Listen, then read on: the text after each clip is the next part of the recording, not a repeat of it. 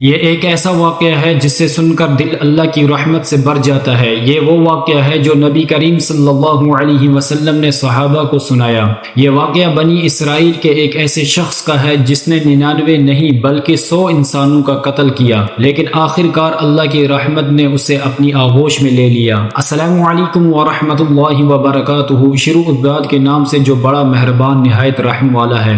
بنی اسرائیل میں ایک شخص چوری اور قتل میں بہت مشہور تھا اور نہایت معمولی بات پر بھی کسی کو قتل کر دیتا تھا۔ اس کے ہاتھوں سے 99 افراد کا قتل ہو چکا تھا۔ اس کے بعد اس کے دل میں احساس پیدا ہوا کہ مجھے بھی تو اللہ کے یہاں جانا ہے۔ یہ فکر بڑھتی رہی اور لوگوں سے معلوم کرتے ہوئے پھرنے لگا کہ کیا میری توبہ قبول ہو سکتی ہے یا نہیں۔ کسی عالم شخص سے ملاقات کی فکر ہوئی کہ اس بارے میں معلوم کیا جائے۔ لوگوں نے ایک عابد شخص کے پاس جانے کا مشورہ دیا۔ اس شخص نے اس کے پاس جا کر مسئلہ معلوم کیا کہ کیا میری توبہ قبول ہو سکتی ہے اور کیا میری مغفرت ہو سکتی ہے جبکہ میں نے 99 انسانوں کو قتل کیا ہے۔ تو اس عابد کو مسئلہ معلوم نہیں تھا۔ اس نے اپنی عقل سے قیاس کیا کہ جو آدمی 99 انسانوں کو قتل کر سکتا ہے تو اس کی مغفرت کہاں سے ہوگی۔ عابد نے کہہ دیا کہ تیری توبہ قبول نہیں ہوگی۔ تو اس شخص نے غصے میں آ کر اس عابد کو بھی قتل کر کے 100 قتل پورے کر دیے، لیکن اس کے دل میں ندامت باقی تھی۔ اس نے پھر تلاش شروع کر دی کہ کوئی بڑا عالم مل جائے جو صحیح بات بتا سکے۔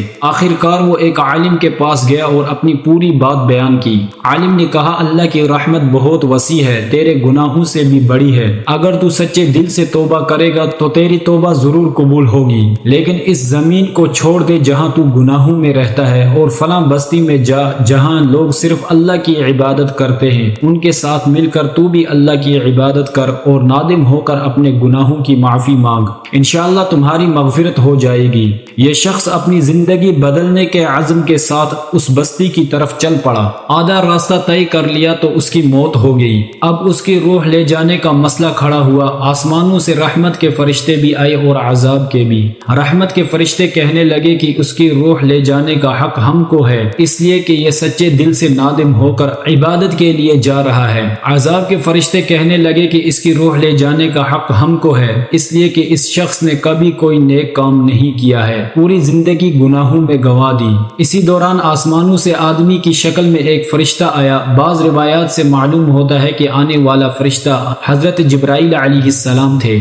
چنانچہ اس فرشتے نے تشریف لا کر ان دونوں طرح کے فرشتوں کے درمیان یہ فیصلہ کیا کہ دونوں طرف کی مسافت ناپ کر کے دیکھ لو کہ جہاں سے آ رہا ہے وہاں کی مسافت قریب ہے یا جہاں جا رہا ہے وہاں کی مسافت قریب ہے، لہٰذا جہاں کی مسافت قریب ہو اس شخص کو وہاں والوں میں شمار کر دیا جائے۔ دونوں طرف کی زمین ناپ کر دیکھی گئی تو جہاں جا رہا تھا وہاں کی مسافت جہاں سے آ رہا تھا اس کے مقابلے میں صرف ایک بالشت قریب نکلی۔ اللہ نے فیصلہ فرمایا، میرے رحمت والے بندوں میں شمار ہوگا، اور اس کی مغفرت کا اعلان کر دیا گیا۔ ایک روایت میں آتا ہے، حضرت قتادہ رضی اللہ عنہ فرماتے ہیں کہ حضرت حسن رضی اللہ عنہ نے فرمایا کہ ہم سے یہ ذکر کیا گیا کہ اس شخص کے پاس جب ملک الموت آیا تو وہ شخص سینے کے بل اس سرزمین کی طرف گھسیٹا گیا۔ ناظرین، حدیث قدسی میں آتا ہے کہ میں اپنے بندوں کے ساتھ اس کے گمان کے مطابق ہوتا ہوں اور وہ مجھے جہاں بھی یاد کرے میں اس کے ساتھ ہوں۔ بخدا اللہ تعالیٰ اپنے بندوں کی توبہ سے اس سے زیادہ خوش ہوتا ہے جتنی خوشی تم میں سے کسی ایسے شخص کو ہوتی ہے جس کا جانور بیابان میں گم ہو کر پھر اسے مل جائے،